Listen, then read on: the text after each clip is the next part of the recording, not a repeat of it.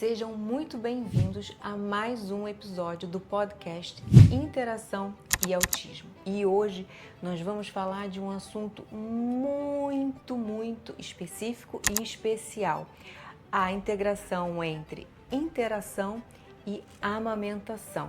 E sabe por quê? Porque a amamentação é um dos primeiros encontros de interação, de conexão da mãe com o bebê. E eu não podia deixar passar. Para isso, eu chamei a Larissa Dilon, que é fisioterapeuta, mas é principalmente consultora internacional de lactação e é também IBCLC e vai estar aqui conosco para exatamente falar desse dia a dia, porque ela tem uma experiência fantástica. Ela que vai lá e vê a mãe e o bebê muito de perto nessa interação durante a amamentação. Seja bem-vinda, Larissa. Muito obrigada, Patrícia. É com muita honra, muito privilégio poder falar aqui da amamentação. Quando a gente abre um pouco aqui a lupa, né, a gente fala não só da questão da técnica, da importância, mas da integração da amamentação com o desenvolvimento. É um olhar diferenciado, a gente precisa valorizar realmente que a amamentação vai além só de eu nutrir, só de eu alimentar o meu bebê. É a primeira grande forma desse bebê, dessa família se interagir. Então, assim, acho que tem muita coisa para a gente explorar e trazer aqui e ajudar as famílias hoje. Sem sombra de dúvidas. E eu acho que quando a gente fala de amamentação, como eu falei, é a primeira experiência, não é? Ou uma das, não é? Primeiras experiências dessa conexão, dessa interação entre a mãe e a criança. E o quanto que a partir dali se constrói essa relação. A mãe no papel de mãe, daquela que vai regular, daquela que vai, não é, prover o que a criança precisa, mas também de uma pessoa que também precisa estar regulada, que também precisa de suporte, que também precisa estar pronta, não é, diria eu, para que essa interação, essa conexão aconteça de uma forma melhor possível, tanto para ela quanto para a criança. Eu digo que a criança começa nos pais. Com certeza, é uma extensão, né? E é muito importante quando a gente toca nesse ponto de vista da mulher, da mãe, né? De como essa mulher está vivenciando, qual é a experiência interna dessa mulher com a amamentação. Então é maravilhoso quando a gente tem a oportunidade de encontrar essas mulheres ainda no período gestacional, para a gente trazer um nível de consciência para a amamentação, de não só, mais uma vez, como o momento da alimentação, mas que ela está inserida num contexto de transformação, de uma vivência muito maior que essa mulher. E que transformação! Que transformação, um grande portal, né? Que a gente não faz ideia para onde a gente ainda está indo, mas ela conseguir trabalhar essa percepção de que ela precisa entender a parte emocional, as expectativas, o ambiente, a volta, para ela também aprender a se regular. Sim. Né? E até porque essa regulação, a regulação do bebê começa na regulação dos pais, inicialmente muito na regulação da mãe, não é? E a amamentação, ela é sem dúvidas uma chance para isso, não é? Porque você tem inúmeras trocas, não só de olhares, de toque, você vai saber falar muito mais sobre isso do que eu, não é? Tá tudo ligado, né? Então acho que quando a mãe nasce, nascem muitas dúvidas. Quando a mãe nasce, não, quando o bebê nasce, nascem muitas dúvidas, mas nasce uma mãe. Nasce uma mãe, nasce sim. uma mãe que ela não faz errado. A menor ideia. E muitas vezes as dúvidas da mãe são justamente não conseguirem ler o bebê, né? Não saber se o choro é normal, né? Quando que é um choro de fome, quando que é um choro de sono. Então, e aí do ponto de vista da amamentação, e principalmente bebês que não estão em aleitamento exclusivo, é muito comum esses bebês sempre, essas mães associarem sempre o choro como uma insaciedade, né? Como se o bebê sempre estivesse com fome. Então, a primeira coisa que eu proponho para as famílias, para as mães, é aprenderem a olhar para o bebê de vocês na hora da mamada. Não é só olhar. É olhar, observar, exatamente. perceber. O bebê, ele se comunica com a gente. Um bebê que não está saciado, um bebê que está insatisfeito com o fluxo, um bebê que não está está incomodado com alguma coisa, ele vai te mostrar essa irritabilidade, essa inquietude ali. Então, ainda mais hoje em dia, né? Se você tem mais de um filho, quantas vezes a gente está naquele momento, mas não está. A mente às vezes está distraída, eu tô no telefone, tô fazendo outras coisas. Então essa primeira fase, não só na primeira fase, mas tentar ao máximo sensibilizar as mães para que estejam por inteiro naquele momento. Saibam fazer essa leitura corporal do seu bebê. Se conectem com o bebê na hora da mamada. Acho que aqui seria a primeira estratégia, a primeira grande sugestão para essas mulheres proporcionarem esse ambiente aqui de interação e conexão família, né? O pele a pele, eu sempre uso o termo se namorem. Se namorem. Né? Um bebê que às vezes não está em aleitamento exclusivo, um bebê que a gente quer fazer a transição para o peito. O contato pele a pele ele tem um poder incrível, Patrícia. Eu sei. Né? De regulação da criança. A gente sabe como que essa criança aprende, é a primeira forma desse bebê se relacionar. Sim. Né? É a primeira grande interação de que ele vai conseguir organizar ali os 5 sentidos. Então o bebê está no corpo da mãe, está no colo, é a audição, é o cheiro da mãe, o cheiro do leite, o paladar, a frequência cardíaca. Então ele vai começando a aprender a se regular naquele ambiente que é a amamentação. Eu brinco que a interação, eu tenho um mantra que a interação é o motor do desenvolvimento, não é? O leite é a gasolina, mas pronto. Porque nessa interação, quando a gente está falando de interação, a gente está falando dessa conexão, dessa troca. Não é? A interação é troca, é uma dança. E quando você fala de mães saberem observar o bebê, a gente está falando de interação. Claro. Porque eu estou vendo que quando você está falando, você está balançando a cabeça, está sorrindo, e eu vou entender que você está percebendo, está entendendo o que eu estou falando, está de acordo, está gostando ou não está gostando. Isso é uma leitura. Com o bebê não é diferente, não é? Perfeito. A mãe vai aprendendo a ler esse bebê e o bebê, por conseguinte, também vai aprendendo a ler a mãe e eles vão construindo essa conversa. E o que você está falando, eu acho que é exatamente isso da amamentação, até mesmo para saber o melhor momento de amamentar, como é que a amamentação vai ajudar a regular, quanto que a mãe tem que interagir ou não com o filho, tudo isso faz diferença, não faz? Maravilhoso.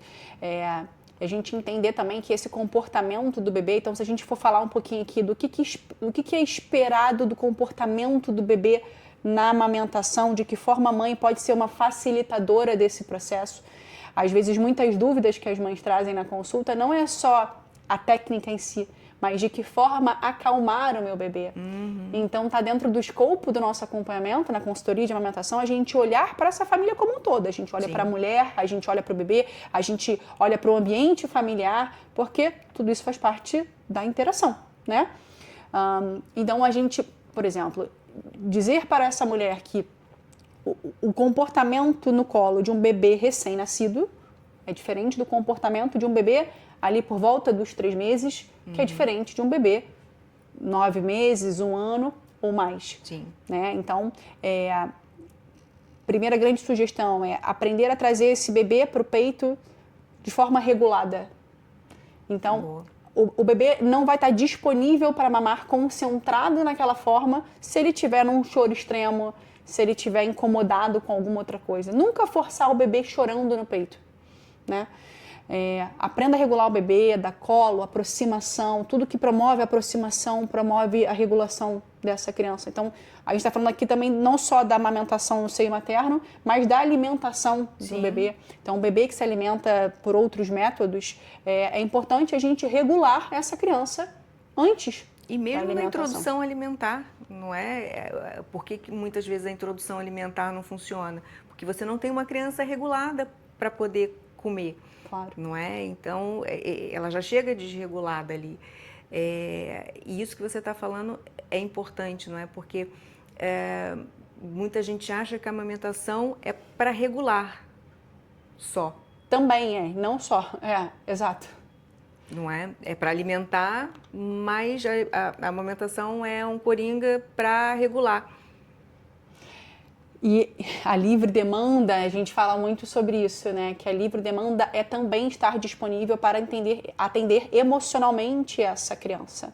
Um bebê pequeno, ele ainda vai ter como uma das principais formas de regulação a amamentação, né? A sucção é o ato mais conhecido do bebê desde o momento do útero, né? Ele tinha livre acesso à mãozinha, ao dedinho, ele estava lá sugando. Então, o ato de sugar é o ato que promove relaxamento, ocitocina, diminui cortisol, frequência cardíaca, frequência respiratória. E quando é que a gente usa a amamentação para regular?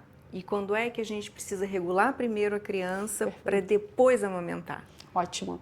Acho que é, mais uma vez, a mãe saber ler o seu bebê, né? Então, bebês em comportamentos extremos, choro extremo, agitação, tá irrequieto, você até pode tentar um primeiro momento, mas não tá funcionando, eu vou acalmar, trocar de ambiente, troca de cenário, tira o bebê daquele momento e muda de ambiente, passa para uma outra pessoa, ou se você, né, não conseguir, vai você. E a gente vai usar de várias estratégias para acalmar essa criança. Uma bola de pilates, um balanço, a sucção no dedo, enfim. Cada um usa um pouco da sua estratégia e cada criança vai responder de melhor, de uma forma. Criança regulada, acalmada, aí eu vou tentar trazer para o seio materno. E agora, de que forma o seio materno pode regular? Eu acho que sempre no momento... Eu sempre brinco que o problema não é mamar, o problema é não mamar. A criança está pedindo, ou seja, está ali naquele... já tentei outras estratégias para acalmar o bebê e ela não se regulou, o peito com certeza vai regular. E eu acho que é muito também da disponibilidade materna. Tem muitas mulheres que não querem ficar reféns do peito para se regular. Esse é um medo. Né? Mas tem muitos bebês que, no fim das contas, o que eles precisavam era do peito para se regular. Então, é muito da leitura individual de cada criança, mas sem dúvida que, teoricamente, o peito vai facilitar e promover é esperado que essa regulação aconteça a partir do momento que essa criança não vem desregulada. Certo? E depois eu acho que também tem uma coisa que, assim, a amamentação, ela é uma forma de regulação, mas também não é a única. Com certeza. Então, a gente pode lançar a mão de várias estratégias de regulação exatamente para isso, porque a amamentação tem várias funções, não é? E tem várias outras coisas que também regulam a criança para além da amamentação. E por isso que eu acho que algumas mães têm medo de ficarem reféns, não é? Como se só existisse essa forma de... ou como se a criança só aprendesse essa forma de regulação. E isso que você está falando da mãe conseguir ler a criança, não é necessariamente um trabalho intuitivo para todas as mães, não é? Tem mães que conseguem melhor, outras menos, e é natural essa variação, não é? Mas quanto antes essa mãe, eu acho que também vai aprendendo a observar esse bebê, a estar presente e observar de maneira genuína. Você pode até não saber o que aquilo quer dizer, mas você viu que quando chega um certo ponto da amamentação, ele faz qualquer coisa. As crianças vão criando padrão, elas vão dando resposta. E o que é mais difícil nos bebês é porque é uma resposta, às vezes, muito sutil. Sim. E que as mães, às vezes, não percebem, não é? Não conseguem entender muito bem o que é. Mas a observação dos nossos filhos também é prática, não é? E as crianças vão fazendo padrões e a gente vai começando a ler isso, e nem que seja por tentativa e erro, né? A criança faz qualquer coisa e você, não funcionou, pum, ai, isso funciona, aí você já anota lá, não é? Mas eu acho que aqui tem mães que tenham consciência de que essa observação sensível torna o pai e uma mãe mais responsivo. Perfeito. E eu acho que essa questão da gente aprender outras formas de regulação da criança é até importante para a gente conseguir trazer outras pessoas, outros cuidadores na participação da regulação emocional da criança. A partir do momento que essa família não fica dependente só da amamentação para se regular, eu também dou um pouco mais de autonomia, de liberdade, não só para a criança, mas para o pai, para uma avó, e a mulher consegue dividir esse espaço de não ser ela a única responsável pela regulação da criança, e que muitas vezes tira a gente desse lugar do medo da dependência, que às vezes até afasta a mulher da amamentação por medo de uma possível dependência da criança ficar ali o tempo todo no peito, quando que, na verdade, se a gente souber ir conduzindo isso ao longo do tempo, né, explorando essas ferramentas, a coisa tem tudo para fluir muito melhor. E aí, do ponto de vista de observar a criança e a mãe começando a ter essa percepção sutil do comportamento, acho que não só a gente comparar o bebê com outras crianças, né? Porque a gente sempre compara, meu filho da minha amiga fazia assim, eu sei que nessa idade é esperado fazer não sei o quê. Claro que é importante a gente ter um parâmetro de referência, mas, sobretudo, o bebê comparado com ele mesmo. Como é que esse bebê foi evoluindo ao longo do tempo, né? Era um bebê que no início tolerava mais o toque, se regulava mais de uma forma, mas agora eu comecei a observar que ele já não se acolhe tanto no colo, ele fica agoniado sempre que eu promovo muito toque, essa criança é muito reativa, não gosta muito que a gente fique, pronto, tem alguma irritabilidade, alguma questão. Então, esses sinais que às vezes pode ser alguma coisa, depois pode não ser nada, que hoje representa algo, amanhã isso pode mudar e não ser nada, mas a mãe estar atenta se há modificações, comportamento. se ele nunca fez, se ele sempre faz daquela forma, se só faz com ela, se faz com o pai também. Exatamente. Não é? Eu acho que são estratégias, não é, de observação, mesmo que você não saiba dizer o que é. Eu estou dizendo isso porque eu atendo, não é, muitas famílias e crianças muito pequenas ainda que têm sinais de alerta, né, da interação social e possíveis sinais de alerta para o autismo. E muitas das famílias que depois acabam tendo as crianças, não é, diagnosticadas relatam situações desde muito cedo, não é? Quando você falou do toque, da reatividade, do choro intenso, eles não sabem nomear ainda, não é?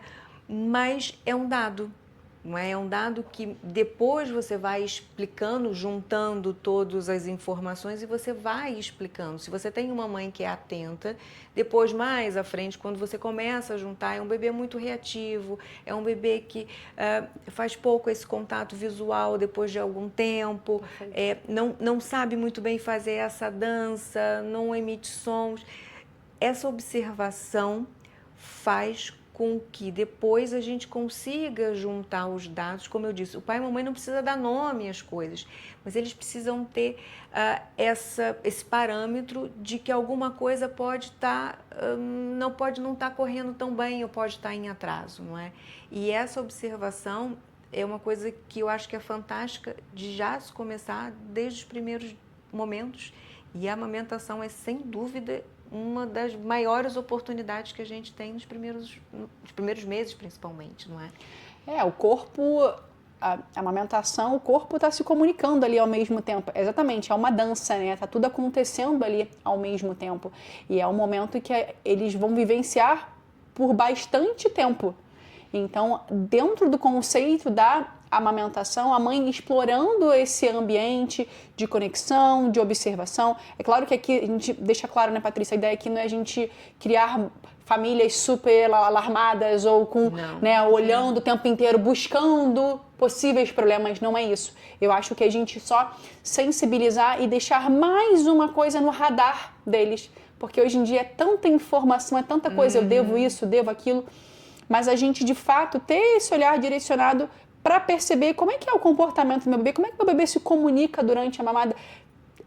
Está dentro do que é o esperado de uma criança ou eu sinto que o meu feeling de mãe, né, Patrícia? A gente nunca negligenciar a nossa percepção. Mãe sente quando tem alguma coisa que está... Eu digo, eu confio nas mães, nos pais, não é? Nesse caso, confio mais nas mães. Eu confio nas mães porque, assim, sem sombra de dúvidas, as mães são as primeiras que dizem, tem alguma coisa ali. Aí ela vai falar com a avó, aí, não é nada. Aí o pai, quem? Onde? Como? Não é? Mas, principalmente a mãe, ela tem uma intuição, ela tem, como eu disse, pode não saber dar nomes. Exato. Não é? Mas eu acho que criar esse, não é um alarme, mas é um radar para aquela criança que precisa de você, não é? Porque é pela tua observação que você vai cuidar melhor do seu filho, não é? E que lá na frente, se eu parar para pensar, se eu estava muito distraída naquela fase do desenvolvimento do bebê, eu não vou saber nem nomear, nem valorizar determinados comportamentos que se calhar eu achava que era normal, mas eu estava tão atenta a outras coisas que eu nem valorizei.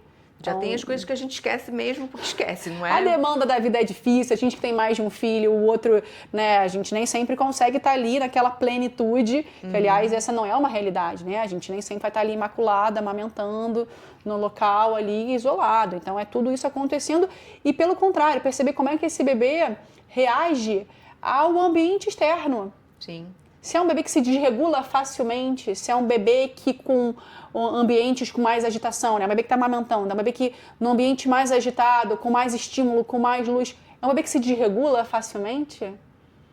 Sim. É um bebê que fica muito irrequieto na mamada, é um bebê que perde logo o interesse, né? Claro que tem coisas específicas da própria amamentação, mas pensando do ponto de vista do desenvolvimento do bebê, do comportamento do bebê, é algo para a gente pensar. Não é esperado um bebê que não tenha uma mamada tranquila, ou que não se acalme ali no peito, né? Ou que mesmo fora do contexto da amamentação, é um bebê que permanece calmo? Não, é um bebê que se desregula facilmente, é um bebê que está sempre irritado. Não aceitar como, não é só o bebê, é porque o bebê chora mesmo, né? A gente tem aquela coisa do, mas não tá legal, não tá normal. Sim, e eu acho que é exatamente isso. E aqui não é gerar ansiedade, porque já chega a ansiedade que a gente já tem naturalmente. Mas é criar uma lupa. Perfeito. Não é? E olhar aquilo mais de perto e perguntar a alguém que de fato consiga responder aquilo com dados mais concretos. Não custa nada. E eu acho que muitas dessas perguntas devem vir para você também, não é? Porque você está ali acompanhando aquilo o tempo todo. Não é? E eu acho que essa é uma pergunta que eu queria te fazer, assim, quais são as maiores dúvidas das mães, não é? Não especificamente só da amamentação, mas como um todo, assim, que as mães trazem para você de dúvidas?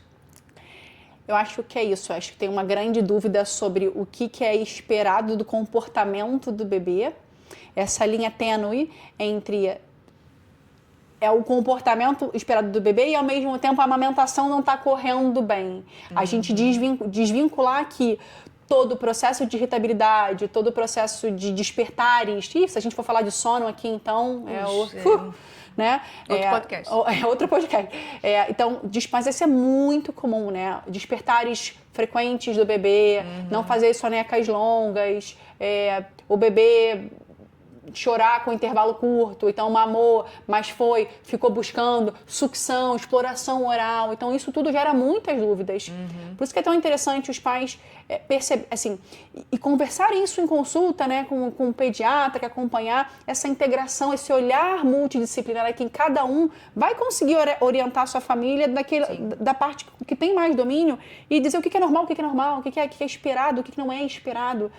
Tranquilizar essa família. Hoje em dia a gente fica muito em busca de respostas, a gente quer respostas imediatas, a gente quer soluções rápidas. Então quase que, olha, sinal, o bebê fez isso, é isso. Fez aquilo ali, é aquilo ali.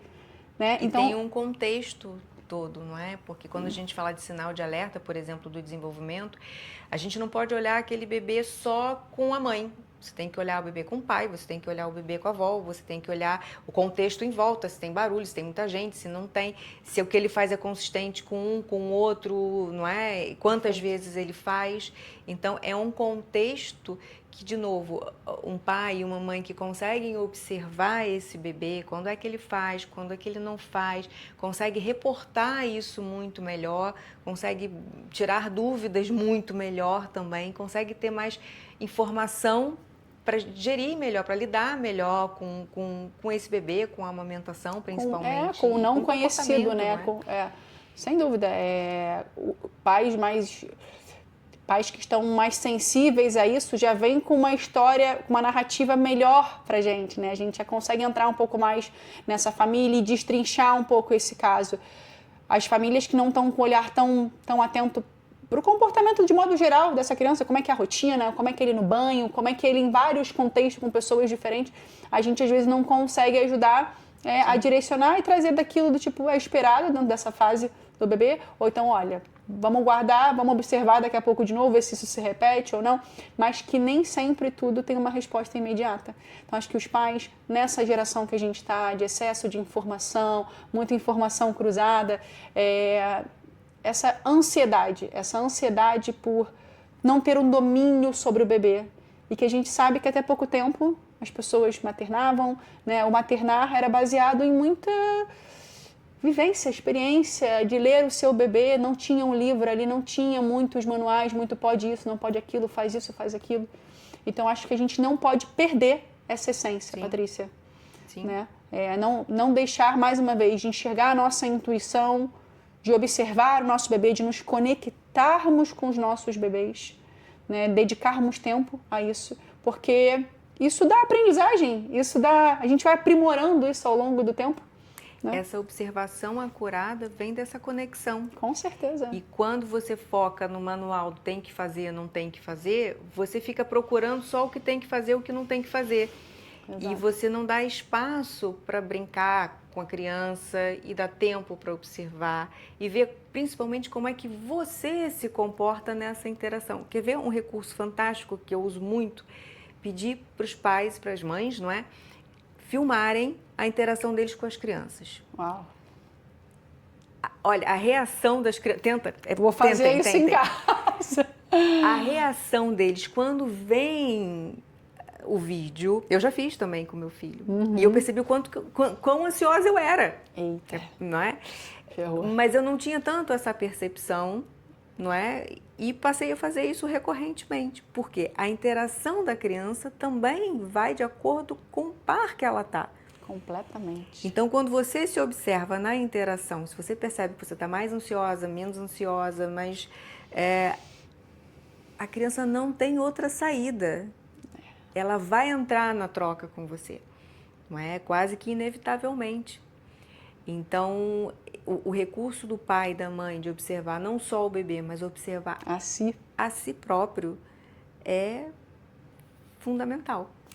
E aí a gente entra mais uma vez no mesmo conceito de que o ambiente influencia. E quando a gente fala de um ambiente, a gente não fala só do ambiente físico, né? Mas dessa mulher como ela está por trás. E aí a gente volta para o início da nossa conversa, que é a mulher também trabalhar ferramentas internas para poder estar disponível para a dedicação que é o amamentar, criar um filho. Se a gente for, enfim, tem muita coisa para a gente falar disso, né? Porque é muito importante esse autoconhecimento, a mulher trabalhar essa parte emocional, a gente saber... Não é fácil. Não é um processo de... A gente vai se descobrindo ao longo da maternidade, várias frentes vão se abrindo. E mais os hormônios... Aquilo é uma confusão, esse negócio de maternidade é um negócio difícil. Eu tenho uma amiga que diz, é mais fácil tirar um curso de medicina do que ser mãe. Não é? Porque é difícil, mas é também uma construção. Claro. Sem essa ansiedade mais uma do tem que fazer, tem que ter um tempo para mim, não é isso. A maternidade é uma construção, não é? É construção de observar a si próprio, observar o bebê, perceber o que... pronto, isso não funcionou, isso não está funcionando. O que eu posso fazer? Buscar ajuda quando é preciso. Enfim, é fazer uma pecinha de cada vez.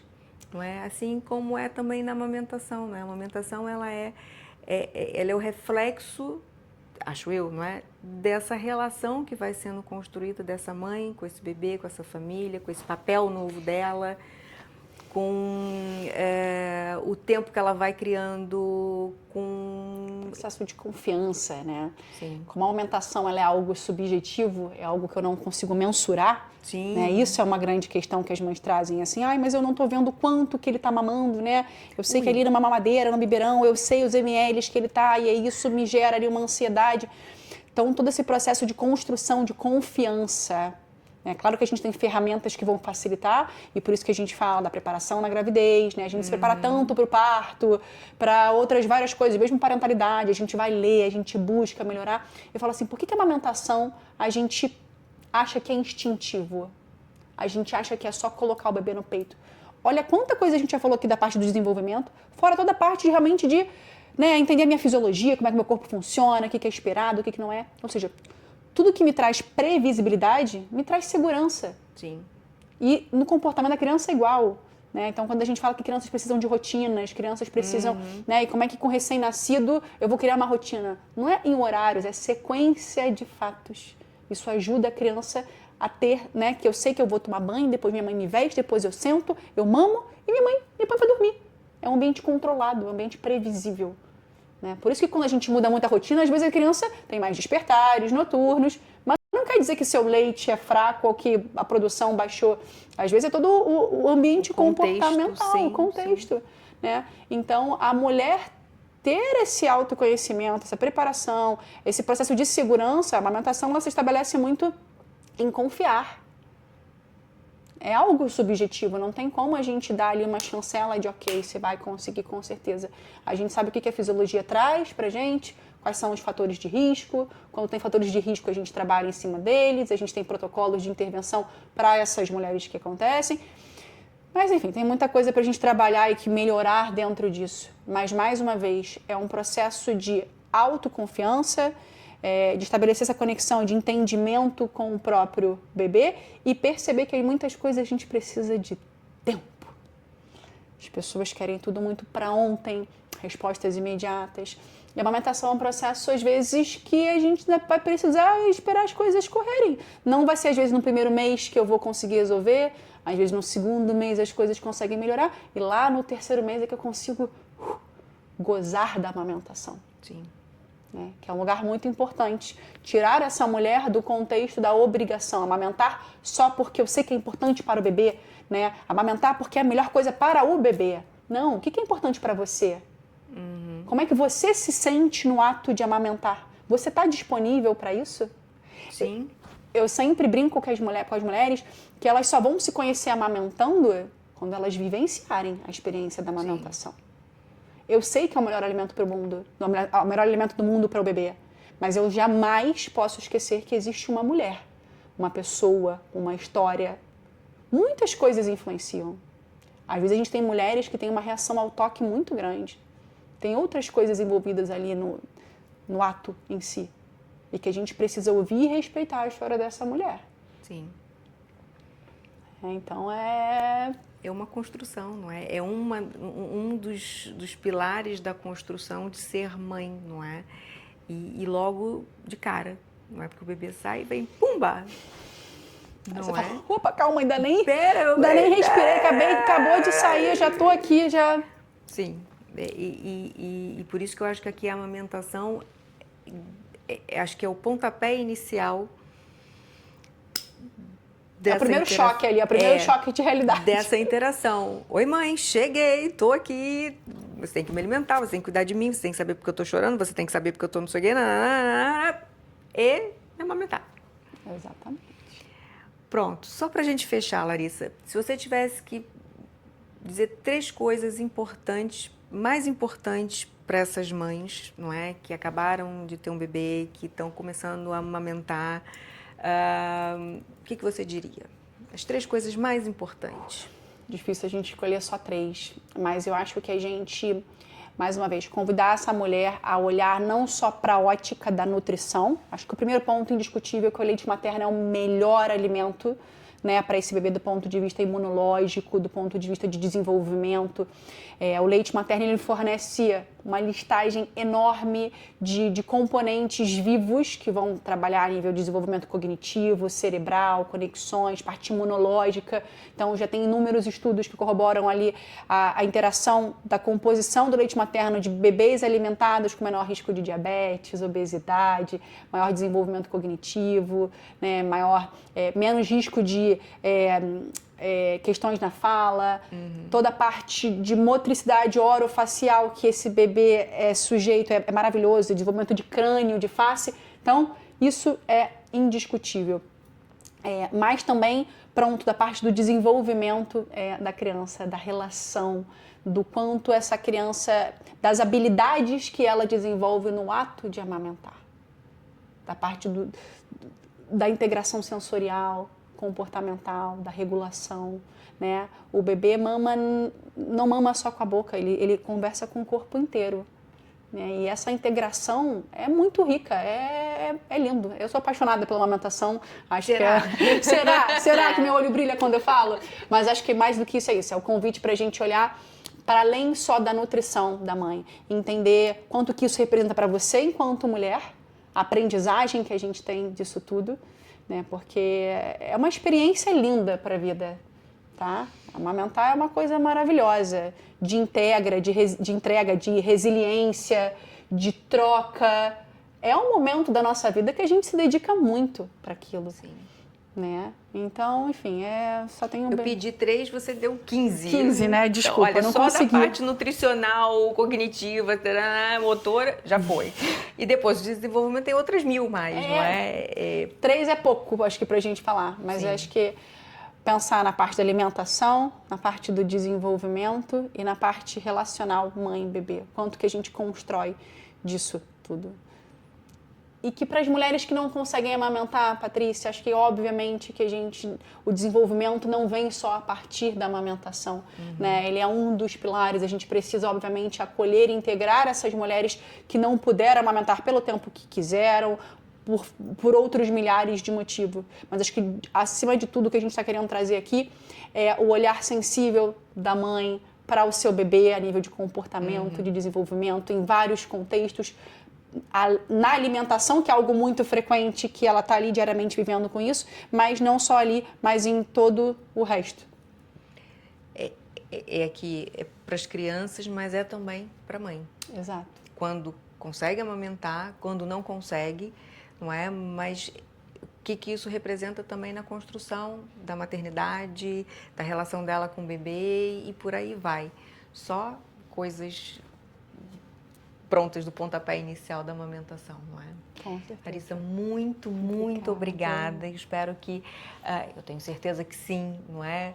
Mas eu espero que as nossas mães, os nossos pais, os nossos avós que estão aqui nos ouvir possam usar essa informação, não é? Possam difundir essa informação para usar na prática, nem que seja para tocar, para pensar nessa responsividade parental, nessa sensibilidade, não no leite em si, mas na construção com a criança, da mãe, não é? Da resiliência, porque mais do que tudo, pelo menos para mim, a amamentação foi resiliência.